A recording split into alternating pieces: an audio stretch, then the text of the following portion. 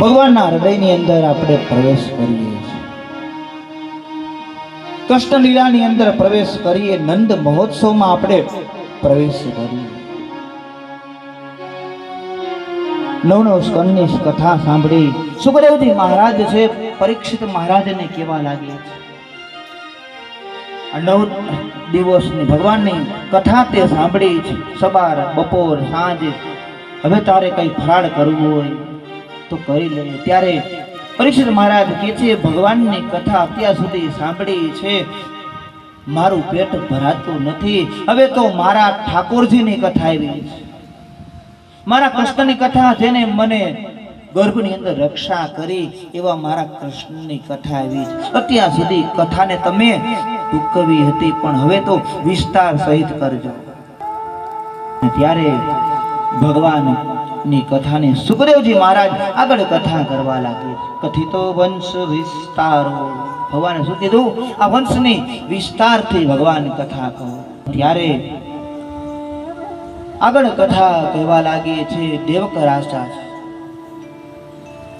એની દીકરી છે, બબે છે, 2 ભાઈઓ છે. દેવક રાજાની દીકરી દેવકીનું કન્યાદાન થયું, એની કથાથી શરૂઆત કરી.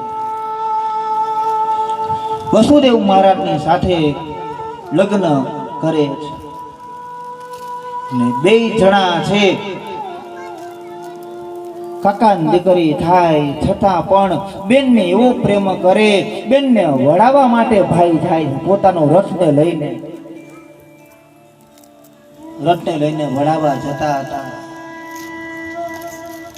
બેનને પાછળ બેસાડીને ભાઈ છે પોતે પોતાની બેનનો રથ હાકી. હજી પણ એ જો નિયમ હાલ્યો આવે છે.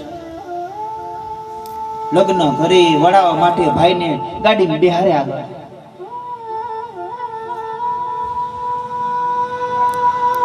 અને આમ નામ કરતા બેનને વડાવવા માટે જાય ને ત્યારે જ્યારે આગળ રથ વચમાં ચાલ્યો ને ત્યાં જ આકાશવાણી થઈ, હે કંસ, બેનને તું વડાવવા જાસ, એનો 8મો ગર્ભ તારો નાશ કરશે.